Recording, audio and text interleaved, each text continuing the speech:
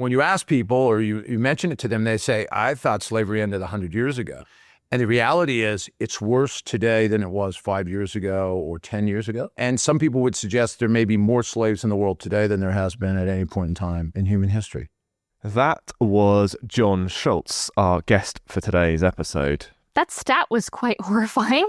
It's pretty heartbreaking, but there are people fighting back against this, which is where John comes into the picture. Because, Sam, today we are going to be talking all about how technology is being used to try and combat modern slavery. I'm Michael Bird. I'm Sam Jarrell. And welcome to Technology Now from HPE.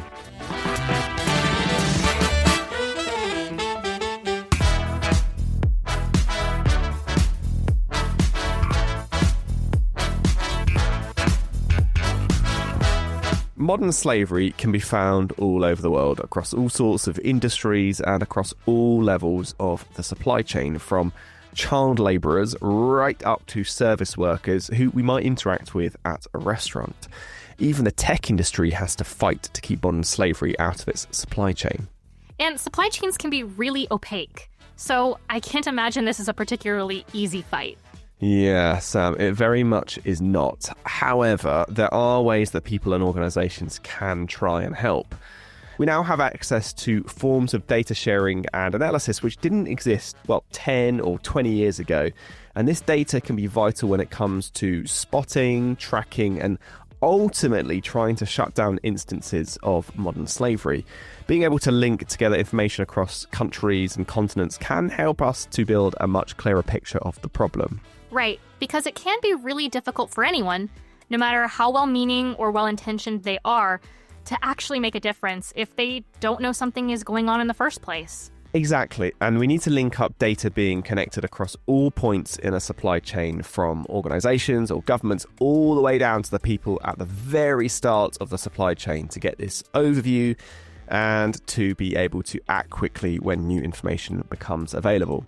So, to find out more about it, I spoke to John Schultz, Executive Vice President and Chief Operating and Legal Officer for HPE, who explained to me how bad this situation is and also how HPE are fighting back against modern slavery. But before we got into any of that, John started at the very beginning and explained to me just how people can end up as victims of modern slavery in the first place.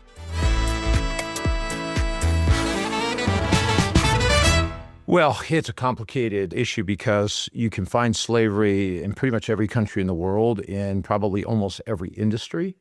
But it is as heinous as individuals who have been trafficked in, living in squalid conditions, working in dangerous situations, and basically not being paid, and their freedom is completely restricted, whether that's in mining or it's in fishing or even in the electronics industry.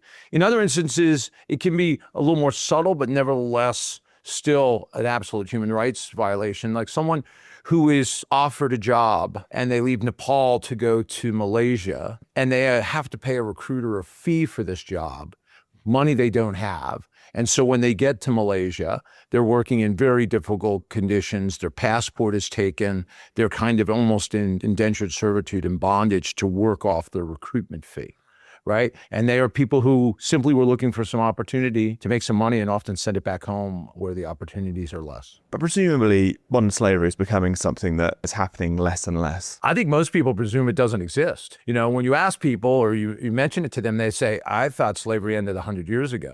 And the reality is it's worse today than it was 5 years ago or 10 years ago. And some people would suggest there may be more slaves in the world today than there has been at any point in time in human history. So this is definitely not a good news story.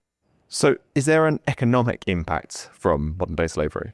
Certainly the slave traders and the folks who engage in this believe they're making some kind of profit for themselves, but society as a whole is suffering. There is definitely data out there that shows that economies that have a significant amount of slavery suffer as a result of it.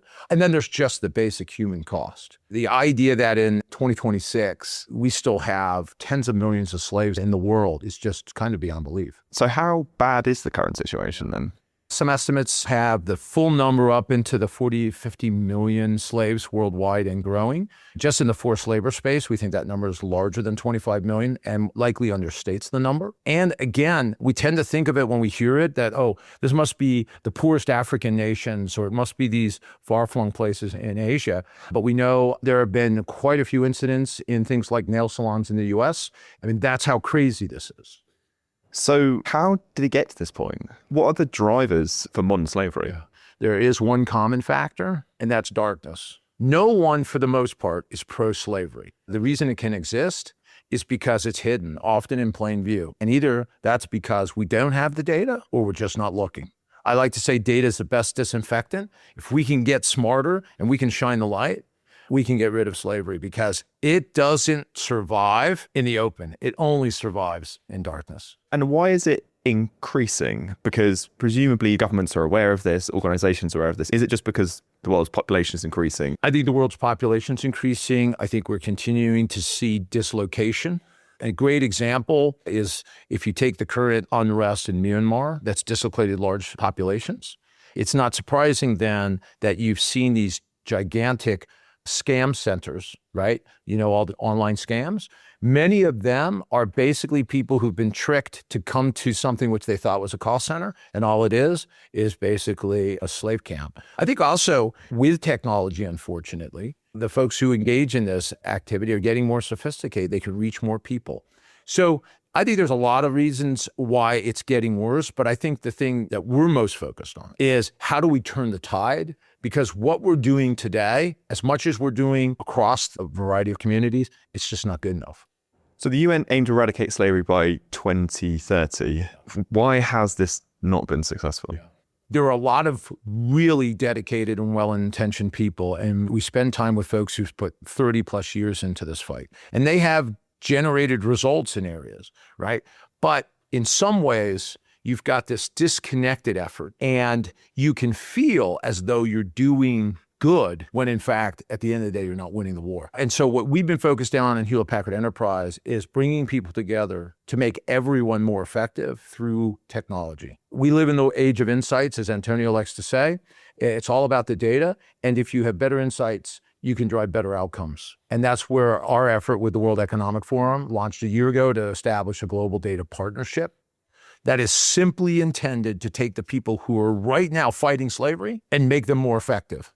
I want to talk about the data partnership in a bit, but why is it so difficult to remove modern slavery from our supply chains in particular? If you think about what supply chains look like today in comparison to what they look like 20 or even 50 years ago, just take a basic server, the sheer number of components, the number of suppliers involved, tracing all the way down to the minerals, it's almost impossible. We do the best we can, but it is hard to get full end-to-end visibility, especially because in many instances, you may just have a scenario where even the company you're doing business with doesn't actually know that someone in their employment is actually leveraging slave labor. Okay, so let's talk about combating modern slavery. Yeah. Are legislators important in the fight against modern slavery? Absolutely. There are some good laws on the books in the US, in the UK, and elsewhere. There's the Due Diligence Act. There are some good legislative actions. There probably can be more.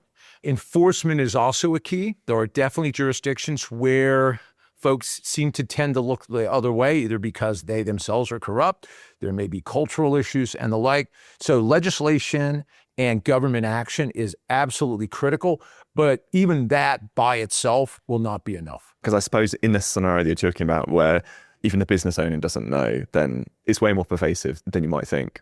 It's way more pervasive, and unfortunately, and in many instances, it's profitable. And until you take the money out of it, the behavior won't stop. How do you take the money out of it? So we think by getting concerted action across the folks who deal at the survivor level, through the NGOs who provide a higher level support to the government and to companies, right? At the end of the day, what we can focus on and control is what I call the corporate economy, what is generated through the global supply chain.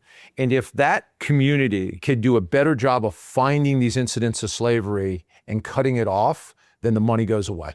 It sort of sounds like a multi-governmental, international, multi-business collaboration to combat modern slavery. I actually think that probably makes it sound more complicated than it is. At its very core, it's just about data sharing. So let me give you an example. We do a lot of work to try to figure out our supply chain, et cetera. We do audits. But the truth of the matter is you can only audit so many places and so many times and the like, right?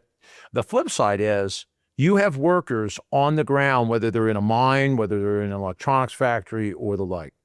If their experience and their information can move all the way up the chain, all of a sudden you can make connections that don't require some big collaborative agreement, et cetera. You just need the information sharing. So assume for a moment someone has been extricated from slavery and they identified an address where they were held and the names of a couple of people that were involved. And we had the ability on our end to have all the names of the people we know that are involved in our supply chain and every address that we have. If we can, through AI, continue to monitor these data sources and we see, hey, this address popped up, this name popped up. Now we don't have to rely on a blind audit. We can say, hold on a second, we should go to that site and we should talk to these people right now.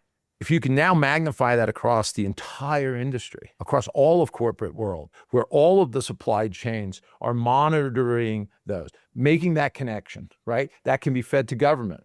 Or government happens to see suspicious activity and it shows up in a government report. We see it in our AI agentic agent. Boom, we're off to the races and vice versa. So AI can do all of that for us.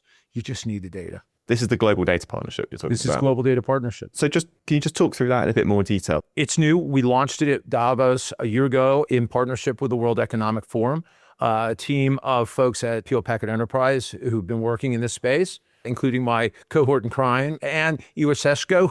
We've gotten great support from folks in advisory and professional services, from the CTO's office, and many other organizations. But we came to this conclusion, having worked in this problem for a while, that this information gap was critical.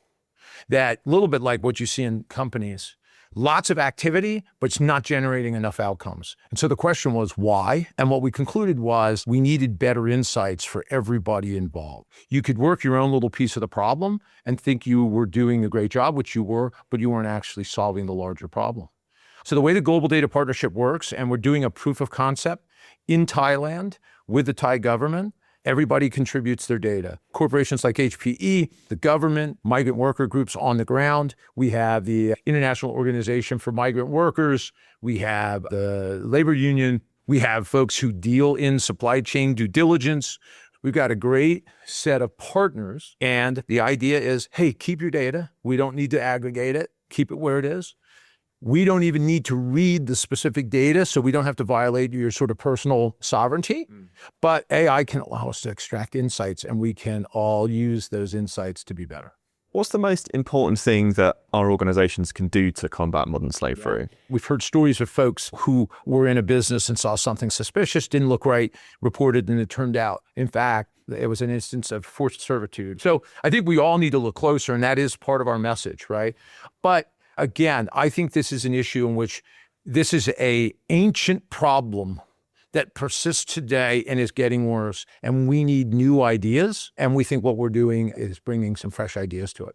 Do you have any examples of where we have successfully combated modern slavery? Well, I certainly think that if you go back and look at the history of our supply chain work, we've done a very good job of eradicating instances of forced labor. We've been a leader in the movement to make sure there's no recruiting fees and passports aren't taken and the like. That goes all the way back to the days when the regulations came in around conflict minerals, for example. We've won several awards for that. So I feel great about that. And I think that's an instance where we've made huge progress. Again, with supply chains getting more complex, more global, more fragmented and distributed, we have to go further and we have to do more. We know of other instances. I spent time with the head of the International Justice Mission. He's been doing this for 30 years. And he can cite you examples where in combination with a specific state in India, over 8 years, they were able to free 350,000 people from slavery through a combined effort. We know things work. We just have to do more of it. It has to be more targeted because otherwise we don't have the resources to do it effectively. And again, there's so much money in it that we just got to be smarter about the way that we go about driving it to zero. Amazing. John, thank you so much for joining us on Technology Now. It's been an absolute pleasure speaking to you. My pleasure. Thank you very much. Yeah, that was it was quite a powerful interview, I have to say. My biggest takeaway was that clip that we had at the top of the show, which was modern slavery is worse today than it's ever been. I watched a documentary recently about a guy who had his passport taken, essentially. He thought he was going for an engineering job in a foreign country and ended up stuck doing romance scams in a center. And essentially, they functioned sort of like a call center, and they had like metrics and things that they would hit. It felt very, very corporatized. So it's crazy to think that there are more people who are enslaved today. It looks different than what we're used to thinking of it as. I know we've done a project at HPE where if you go into our CICs around the world, there was some photography from an amazing photographer who went to some of the different places where some of these materials to make our technology were taken. And it's basically slave labor, people mining various different minerals and metals. And you think, these photos can't be from the last year or 2 years or 3 years. These must be decades old, but they're not. They're modern. John said 40 to 50 million slaves is the prediction. That is an absolute staggering amount of people. And what I thought was interesting was the fact it's hidden, often in plain sight. But I suppose the positive was, how we can use technology to combat it. I appreciated how transparent John was. Like, we're not claiming perfection over here either. He was saying that this stuff is actually quite hard, even for the companies that do take it very, very seriously. I was interested to learn and hear him speak about how there are different companies and organizations who are working really hard in like their one little area and feeling like they're making a big difference, but it doesn't move the needle or have the impact on the actual slavery system that seems to exist. And so it takes having a much more coordinated partnership than just sort of our individual efforts to stop all of this stuff. Yeah, he used the phrase, data is the best disinfectant. We talk about good data, particularly as it relates to training AI models. And I suppose it's the same here. If John talks all about darkness, didn't he? So, bringing this to light through the Global Data Partnership, which was making connections using AI based on various different data sources. I quite like the AI piece of it all, because I think that obviously we work for a tech company, and so we're familiar with some use cases for AI as a force for good, but I think sometimes it can get a bit controversial. And there are things that AI really does quite well and that we can use to actually improve the lives of people. And this is a very, very clear cut and dry case of it, right? Yeah, I would agree. This feels like a really noble and a good use of AI playing to its strengths. So Sam, I did want to leave this episode on somewhat more of a positive note. So one of the most important things I asked John was, what can we, as in you and me and our listeners, do as everyday people to combat modern slavery? Well, I'd say first thing is talk to people about it. There's still so many people that when you mention it, they look at you like, what are you talking about? Right? So that has been a problem. But I think there's other things, right? Not just everyday people, but getting it up to the board level. So today we're partnering with the Global Commission on Modern Slavery, led by former UK Prime Minister Theresa May.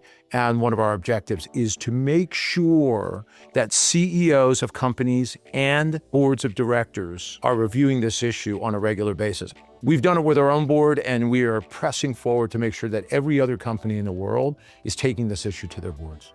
You can learn a lot about what we're doing and how you can help, right? Get into the fight. That brings us to the end of Technology Now for this week. Thank you to our guest, John Schultz. And of course, to our listeners, thank you so much for joining us. If you've enjoyed this episode, please do let us know. Rate and review us wherever you listen to episodes. And if you want to get in contact with us, send us an email to technologynow@hp.com. Don't forget to subscribe so you can listen first every week. Technology Now is hosted by Sam, Jarrell, and myself, Michael Bird. This episode was produced by Harry Lampert and Izzy Clark, with production support from Alicia Kempson-Taylor, Becky Bird, Elissa Mitri, and Janessa Ayosh. Our theme music was composed by Greg Hooper. Our social editorial team is Rebecca Wissinger, Judy Ann Goldman, and Jacqueline Green. And our social media designers are Alejandra Garcia and Ambar Maldonado.